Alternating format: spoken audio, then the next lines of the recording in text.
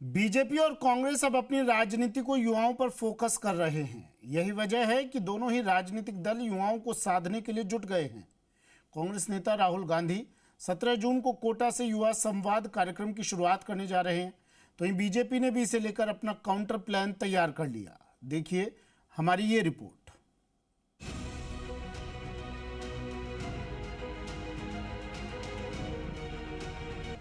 राजस्थान की राजनीति में एक बार फिर से युवा एक बड़ा चुनावी केंद्र बनने जा रहा है। कांग्रेस नेता राहुल गांधी 17 जून को कोटा से युवा संवाद कार्यक्रम का आगाज करने जा रहे हैं, तो वहीं बीजेपी इसे पंचायत और निकाय चुनावों से पहले माहौल बनाने की राजनीतिक कवायद मान रही है। और यही वजह है कि बीजेपी ने राहुल गांधी के कार्यक्रम से पहले अपना काउंटर प्लान तैयार कर लिया है। बीजेपी पार्टी, संगठन और सरकार दोनों स्तरों पर युवाओं तक पहुंच बढ़ाने की रणनीति पर काम कर रही है। बीजेपी युवा मोर्चा का कहना है कि पार्टी की राजनीति केवल चुनाव जीतने तक सीमित नहीं, बल्कि युवा शक्ति को राष्ट्र निर्माण से जोड़ने की सोच पर आधारित है। और इसी सोच के तहत प्रदेश भर में कई स्तरों पर अभियान चलाए जा रहे हैं। पीएम मोदी के नेतृत्व वाली केंद्र सरकार के 12 साल पूरे होने पर बीजेपी ने 12 साल विश्वास के, विकास के और जन कल्याण के अभियान शुरू किया है। 5 जून से 21 जून तक चल रहे इस अभियान के तहत पार्टी ने बूथ टू बूथ संपर्क अभियान को गति दी है। बीजेपी का युवा संपर्क मॉडल, बूथ टू बूथ संपर्क अभियान, गांव-गांव तक युवा संवाद कार्यक्रम, सरकारी योजनाओं का लाभार्थियों तक पहुंच, रोजगार और कौशल विकास पर फोकस, पंचायत चुनाव तक मजबूत युवा नेटवर्क। बीजेपी युवा मोर्चा अध्यक्ष शंकर गोरा का कहना यह है कि युवाओं को संगठन से जोड़ने के साथ साथ भाजपा प्रशिक्षण पर भी विशेष जोर दिया जा रहा है।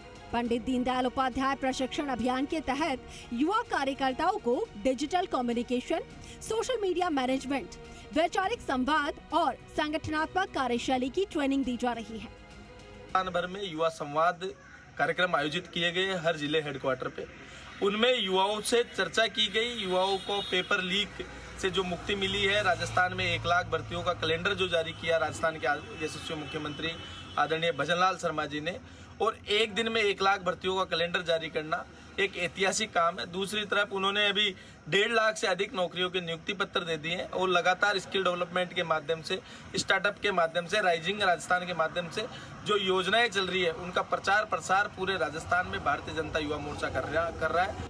बीजेपी नेताओं का कहना है कि राहुल गांधी और कांग्रेस को अब युवाओं की याद आ रही है। भाजपा का दावा है कि भजनलाल सरकार ने पेपर लीक माफिया पर कार्रवाई करके युवाओं का भरोसा जीतने का काम किया है। कांग्रेस की सरकार ने युवाओं को ठगने का काम किया है और एक तरफ जहां कांग्रेस ने झूठ फैलाने का काम किया, युवाओं के सपनों को कुचलने का काम किया, दूसरी तरफ नरेंद्र मोदी जी के नेतृत्व में 12 साल में युवाओं को अनेक स्कीम्स देने का काम किया, उनके भविष्य के को सुनहरा बनाने का काम किया। उसी क्रम में राजस्थान में आदरणीय भजनलाल जी के नेतृत्व में पेपर लीक के दोषियों को जेल भेजने का काम किया और पेपर लीक माफिया पे लगाम लगाने का काम किया। कोचिंगों में अलग अलग कानूनों के माध्यम से विद्यार्थियों को ज्यादा से ज्यादा सुविधा मिले और उनके हितों की रक्षा हो, ऐसे कानून बनाने का काम राजस्थान की सरकार ने किया। सियासी जानकारों का कहना यह है कि राजस्थान की आबादी में युवाओं का बड़ा हिस्सा है और पंचायत से लेकर विधानसभा चुनाव तक उनकी भूमिका निर्णायक मानी जाती है। और यही वजह है कि एक तरफ कांग्रेस राहुल गांधी के जरिए युवाओं के बीच में संवाद स्थापित करने की कोशिश कर रही है, तो दूसरी तरफ बीजेपी संगठन सरकार की योजनाओं और बूथ नेटवर्क के जरिए युवाओं तक पहुंच बनाने में जुटी हुई है। राहुल गांधी की युवा राजनीति और बीजेपी के काउंटर प्लान के बीच युवाओं को साधने के लिए राजस्थान में सियासी जंग तेज होती जा रही है। बीजेपी लगातार युवाओं के बीच जाकर उन्हें साधने की पूरी कोशिश कर रही है।